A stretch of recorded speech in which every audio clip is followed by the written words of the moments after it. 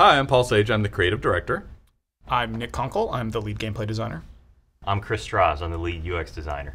So today we're going to be talking about something that's kind of near and dear to my heart, which is crafting. Having a failed attempt at shop class in high school, this is one of the areas where I feel like, hey, this is my fantasy. It's something where I can really stand out and make things for other players and for myself.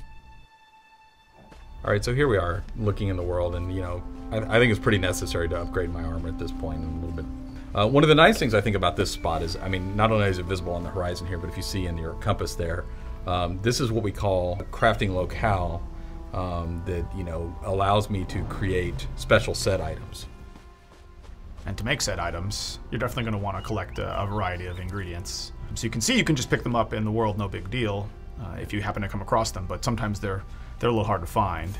And that's where, if you've leveled up enough in crafting, these skill points in Keen Eye are really valuable, and there's a Keen Eye for every type of material you might find in the world, and you can see in the background there. From a certain distance, those special crafting materials will light up such that they're easier to find and harvest. Again, it doesn't matter if you are a particular type of profession. Anybody can gather any kind of resource node in the world, which I think just makes it more fun. Yeah, I really like that we try to make it so that as you're exploring, it's just kind of around every nook and cranny. Anybody can go out and they can collect wood or they can collect these ingredients, right. But only the crafters who actually spend points on these things can see them highlighted in the world like that. You think you've seen them all, but then you look at an area with Keen Eye and you're like, oh man, there are a lot of flowers here to pick up.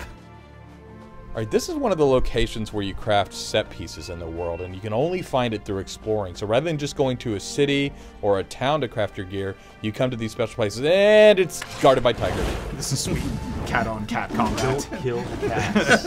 Oh wow, I didn't even think about it that way. Why would you hurt your brother?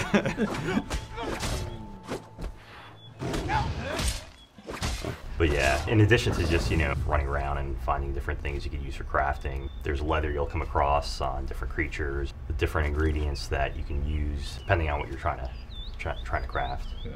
And now that we've dispatched our kind of distant relatives, it looks like we are going to go into an alien ruin here to craft these special set pieces.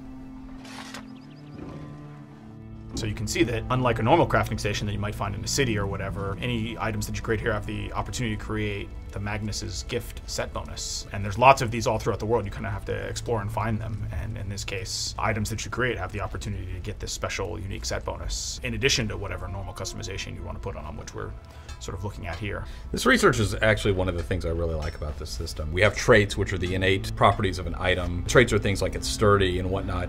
And here, to actually learn to put a trait on an item, you have to destroy that item that already has that trait, and then over time, you learn how to do that. So you become one of the crafters who can really start to specialize. Say, all the traits on a sword, well then people are going to naturally try to seek you out and buy swords from you. And in this case right here, there's lots of opportunities in crafting to deconstruct or extract the valuable materials from anything you come across in the world, whether it be something that another player traded to you or that you found via loot or in a treasure chest or something along those lines. Everything you find is going to be useful to you in some way in crafting, if only to just advance your skill more.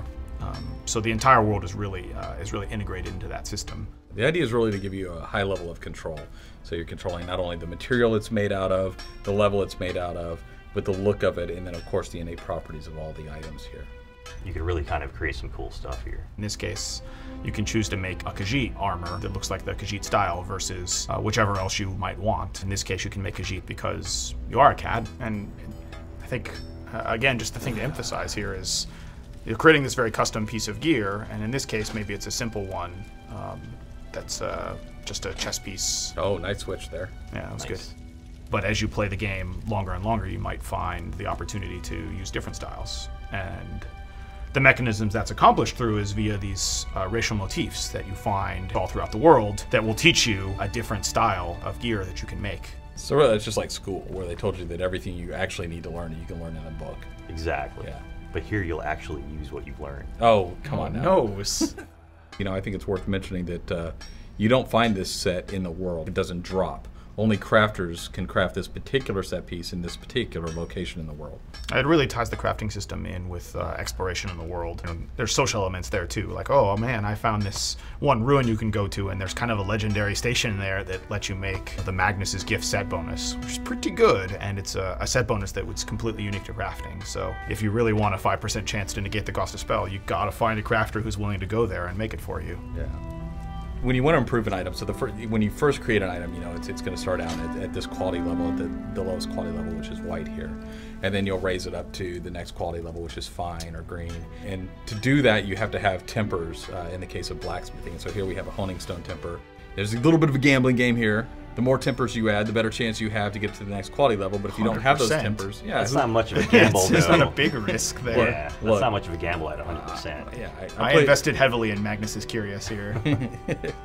I don't think it's curious. Curious, I whatever. think it's Okay, much more fine. fun when you take a little bit of a risk. And this is really the gambling portion part of the game. This is where you're deciding if you want to try to improve the quality of that item. Although I Yeah. do not. And by fun, you mean I'm never ever going at something like, say, 45% here, which is the only. Oh, geez. So we're out of dwarven oil. We only have a 45% chance to do it. This is totally a pressure luck moment here. I This is would not the do this. big money, no whammy. Big money, no whammy. Yeah! Got it in one. Nice. Okay, come on. Yeah. Did not think that was going to go through.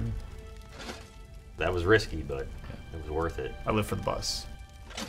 Look how much cooler that looks. So much more stylish. Right. But look at this. Compliment your There name. we go. And then when you Now start it's all to fully matching? upgrade, yeah. So I mean, you know, I think the thing to end with is that, you know, crafters are super valuable. They can take the best items in the world to make them better, and they can also make the best gear. Plus that armor just really makes your eyes pop. And cats.